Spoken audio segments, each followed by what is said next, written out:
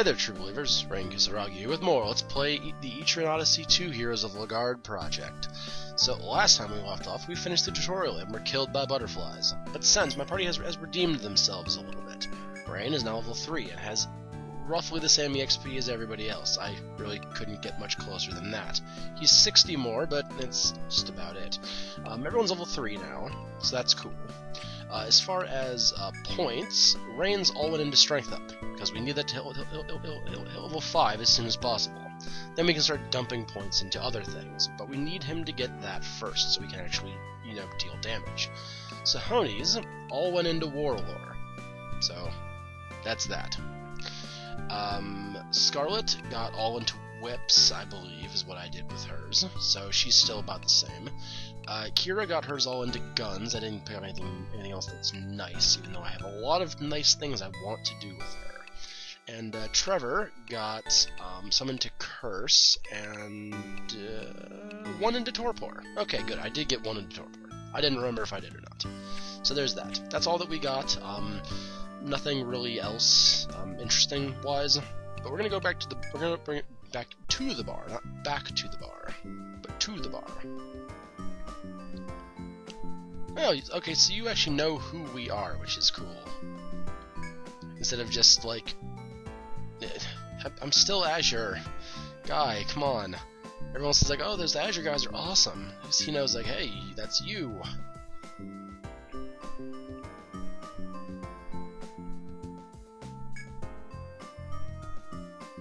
Alright, what business you got for me there, barkeep?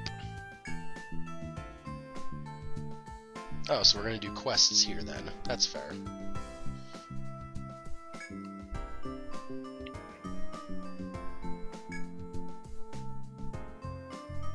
Yeah, usually. Kind of. Side quest rewards really take a huge jump in value going into Etria 3, actually. Here, they do a lot of things I'm not 100% okay with. But we'll get to that as we come across the things that we do. You can take quests here at the bar. Each with his own reward. Yes, just like the last game. Thank you, tutorial message. Alright, we're gonna take the Pure Mineral Water quest, because we already know where that is. We can do this one really easily, and then carry on. It's a powerful need of rock water. Powerful need.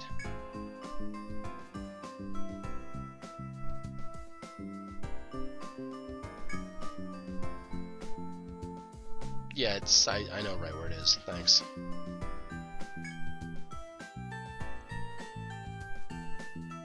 Cool. Let's leave. So, we have a quest now inside of the labyrinth. So, let's enter the labyrinth. The way the geomagnetic poles work in this game is different too. I'll get to that as we need to get to that. Don't worry, I will get to these things that are different, I promise. Oh, and speaking of, I never went over why we're not using like a medic in this game, did I? I didn't. Well, that's just bad on me. The reason we're not using a medic in this game is because the medics aren't very good, really. They fixed the glitch that the medics had, where immunize, how it was so overpowered and good, how it would like raise physical and magic resistances, and was just so stupid good you'd never want to use anything else. Yeah, they fixed that in this game. And as it turns out, elemental resistance, not very useful. Overall, not very useful. You hear a faint gushing noise from beyond the foliage. Behind. It seems that water from some natural source has found an outlet, creating a small stream. Okay. Before you is a small but clear spring of natural mineral water, filtered by the rocks. You take a moment to enjoy its cool, refreshing taste. Its sensation like no other. After draining your flask, you fill it with the water flowing from the spring. Obtained rock water. Yay! Let's carry on. That was that quest done. It's an easy quest, but it's one that we have to do, because it'd be lazy if we didn't. I think this area goes like this. And the reason we aren't using Protector, because now you know why we're not using a Medic, because their one huge skill that we loved them to death for in the first game is kind of worthless now.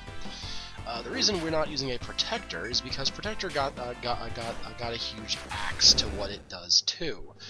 They no longer learn Defender, which was one of the huge reasons to use a Protector. They no longer learn Defender. And they learn weird forms of guard in its place. Basically, the front guard and rear guard. While okay skills, I guess, you really have to be accurate, and this is a thing that they've done in all the Etrian games since the first one. They've kind of eliminated that whole party-wide defense boost from the Protector. It's kind of lame. As you continue through the depths of the forest, you notice a small wooden sign. A warning is written on it to explorers who challenge the labyrinth. Do not disturb the monster in the hall. Your curiosity will be your undoing. It seems that one of your predecessors wrote this warning. You cannot grasp its meaning, but you resolve to keep it in mind as you press onward. Monster in the hall. Metal Gear? It's anything like that one sketch comedy show. It's going to be really funny. Monster in the hall. Sorry, I like Kids in the Hall. It's a fun show.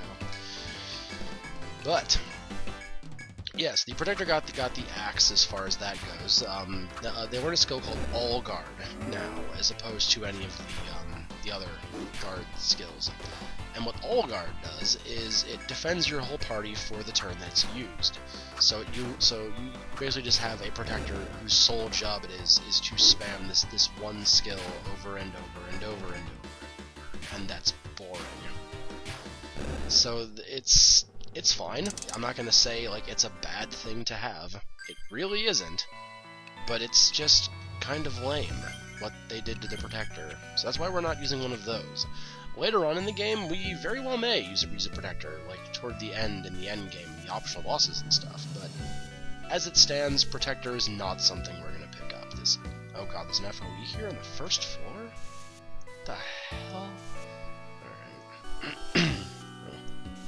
So this room goes like this. So let's just... screw it, let's go ahead and walk over these squares because... That. As you walk, you catch a glimpse of something shining in a tree just off the path. You crane your neck to see a hole in the tree just above your reach. It's difficult to tell, but it seems that a gleaming jewel is inside the hole. A jewel like that would make a worthy souvenir of this trip. Reach towards it? Yes, as a matter of fact. Rain reaches into the hole and gropes around, rather. It seems that a hard, jewel-like stone is inside the hole. Rain firmly grasps the stone and pulls it from the tree. Obtain gel core. And we found the gel core. Now the gel core is a drop from later on in the game, but we can pick it up here. So why wouldn't you pick it up here? You can't fail that interaction. You just kind of get it. It's very handy. Let's go down this way. It's not where we need to go. And there's moles in this game too. They're just as dangerous as they were in the first game at this point. So it's probably a good idea to kill him first, because these slugs are kind of crap, and we can ignore them for the most part, which is good. I've already found that mole, apparently. I think I fought him off screen. Sorry, I didn't think that it would show up in set at all. And the Troubadour, the last class that we used in the other game, that we are not using in this game. The Troubadour got a nerf because they don't have relaxing anymore. They're still fine for party buffs and everything. I think their power got toned down, but otherwise they're more or less the same. They just don't have relaxing anymore, which was one of the big things you wanted out of them in the first game. So the fact that they lost that skill really makes them not as good. And the fact that Torpor is just so good in this game, and the combinations you can do with the Hexer and the War Magus are just so good. You need that spot for a Hexer. A large box stands before you. Open it? Yes. Steel Pin. Yay. Steel Pin. Steel Pin is good. I think I gave Sahoni this by accident. I The extra TP is tempting, but I'd really rather give it to Trevor here, because he needs it a little more. Because his spells cost just metric crap tons regardless of what level he's at. It's very unfortunate. But yeah, the combination of those two classes just makes it almost not worth not having the both of them. So unfortunately, Troubadour has to go as well. The Launch Neck still really good against multiple opponents. Still very good in those situations. They got a nerf to All Slash though, so All Slash isn't as good as it used to be because it costs way more TP, and you can get it a lot earlier though, which is good. But it costs so much that it's not exactly worth it anymore. It's kind of sad. So we opted for Ronin because Ronin got buffed in the way that you can use them. You can actually use them in the game, as opposed to just looking at them and saying, wow, that'd be a cool class to use in this game. Well, back to the Landsknecht, whatever. Let's see, this looks like it's gonna be like this. I think these squares we can just color. Yeah, that's probably fine. I might walk around here later just to, oh, hello, Crawler. That's great. This is the Crawler. The Crawler is the hard enemy of this floor, and I wish him to die in a fire. Speaking of, fire shot. We'll see if Torpor wants to work, and see if we can go without being slaughtered by this thing. Honestly, I'm not sure if we can do that. Especially since Kira can't seem to hit him, which is bad. Let's try again. Let's not even bother with Torpor. It's a good skill, I promise. It's just not very good right now. Yes, those are hard. Those are hard enemies. A fun fact actually. Remember where we fought the butterflies?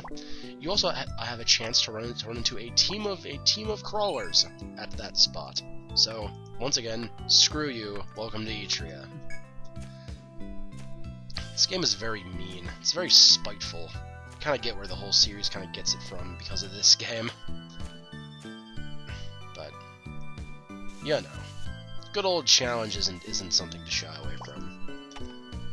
Let's see what our FOE is here.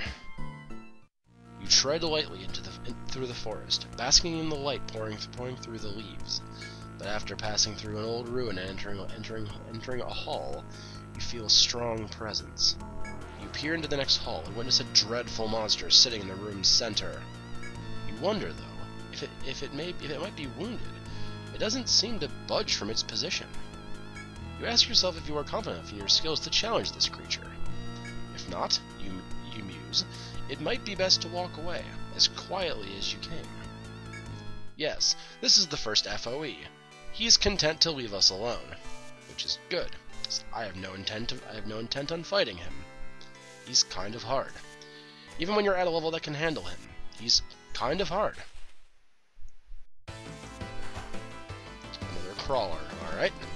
Let's hope this one goes better than the last. Maybe you'll connect with Fire Shot this time. I'm not going to bother with Torpor, it's kind of a waste of MP right now, which is unfortunate. It'll get good, it will, I promise, but right now it's kind of crap. And we need small nails, so it's good that we're getting them. And we'll just go ahead and heal Saoni after he takes that caterpillar to the face. And as you walk through the forest, a wall of trees blocks your progress. Continue forth? Yes. Here is your shortcut. Mark with our new arrows that show we can go both ways through this shortcut. Ha-ha! And this FOE doesn't move. He's just kinda hanging out. There's a quest where we have to go bother him, and we'll probably end up doing that quest, but for right now, we don't have to. So we won't. Probably just as easy as that, actually. Is there anything move behind me? No, there's not. Okay, good. That's just gonna go for at least that far. Look at that, Rain's learning how to do maps. And another crawler. Hope you weren't getting bored of crawlers. We're gonna fight them a lot in the last little stretch of the floor here.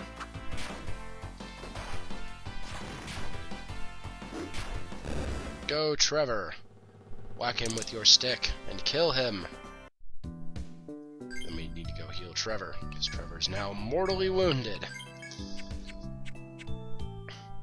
So my goal today is to get onto the second floor and sort of putz around there for a while. I don't know exactly how far I'm going to get, but I will get as far as I can. Let's continue this door. Okay, another 3x3 room it looks like.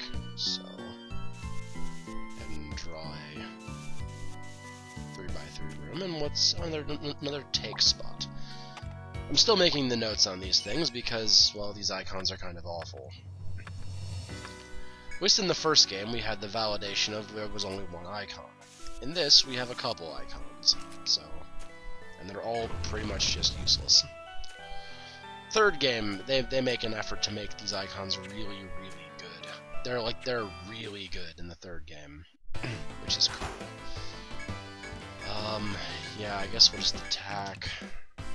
We'll try a torpor, because why not? At the end of the day, why not? Ow.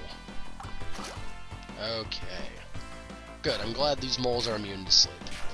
Actually, it's not because of the moles, it's because of torpor being crap right now. It will be good, I promise it will. It's just bad now. Let's go ahead and heal Rain up, and we'll customize Rain to get strength up to level 5, and we get clarity. Clarity, there you are.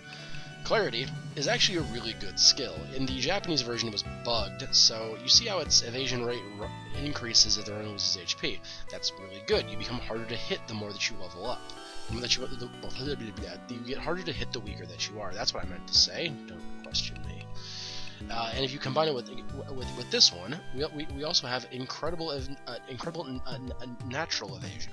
So we're very, very hard to hit when we have low HP, which is good. Only problem, in the Japanese release, Clarity actually worked in the opposite way, making you easier to hit the less HP you had. So instead of making it harder for you to get hit and the run-in to survive easier, it actually became easier to kill you, which was pretty bad. They fixed that, I'm told, in the American release. We'll see, but supposedly that got fixed.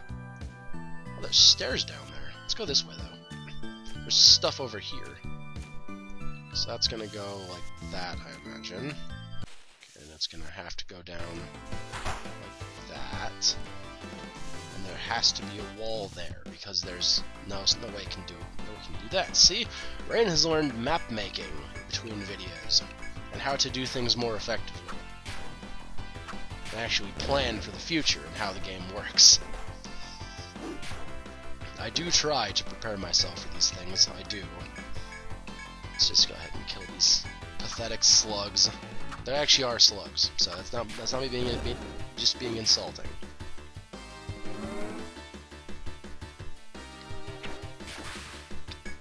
Yeah, let's just auto. We don't need to try against the slugs. They're pretty bad.